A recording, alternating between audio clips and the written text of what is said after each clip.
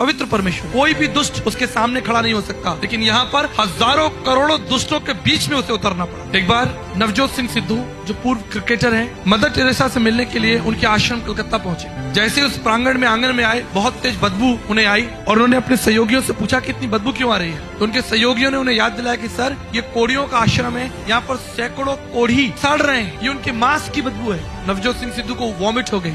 इंतजार की घड़ी बड़ी कठिन थी क्योंकि इतनी तेज बदबू थी। जब उसने दृष्टि की तो उसने देखा कि मदर टेरेसा एक पतली दुबली स्त्री सफेद साड़ी पहनकर उस मार्ग से चली आ रही है। दौड़ कर गया और उनके पैरों में गिर गया और उसने एक सवाल मदर टेरेसा से पूछा, आप इस स्थान पर कैसे रह सकती हो? मुझसे 5 मिनट नहीं रुका जा रहा, लेकिन आप तो इस स्थान पर रहकर इन कोढ़ियों की सेवा करती हो। मदर टेरेसा ने कहा, ये परमेश्वर का प्रेम है जो मुझे विवश करता है कि मैं इन लोगों की सेवा करूं। परमेश्वर का प्रेम, वो सनातन परमेश्वर, पवित्र परमेश्वर 33.5 साल तक हमारे बीच में रहा। आप जानते हैं क्यों? प्रेम की व्यवस्था में। जैसे एक माँ जब बच्चे को जन्म देती है तो उसके लिए बहुत कठिन होता है प्रत्येक रात को उठना जगना। ठंडी रातों में एक माँ कई बार अपने बच्चे के लिए उठती है, उसका ध्यान रखती है, देखती है वो जीवित है, कहीं उसे भूख तो नहीं लगी, इसके बदले में उसे कोई पैसे नहीं मिलते। ये प्रेम की व्यवस्था है कि वो अपने उस लहू के टुकड़े, उस मांस के टुकड़े को प्रेम करती है। मेरे प्रियो, अगर एक माँ अपने बच्चे के लिए रात भर जग सकती है, उसकी सेवा कर सकती है, उसके लिए उठ कर अपना प्राण देने के लिए तैयार है, तो वो स्वर्गीय पिता परमेश्वर जिसने सारी मानव जाति को बनाया है, वो आपके लिए क्या नहीं करेगा। प्रेम में ऐसा विवश हो गया, संसार में उतर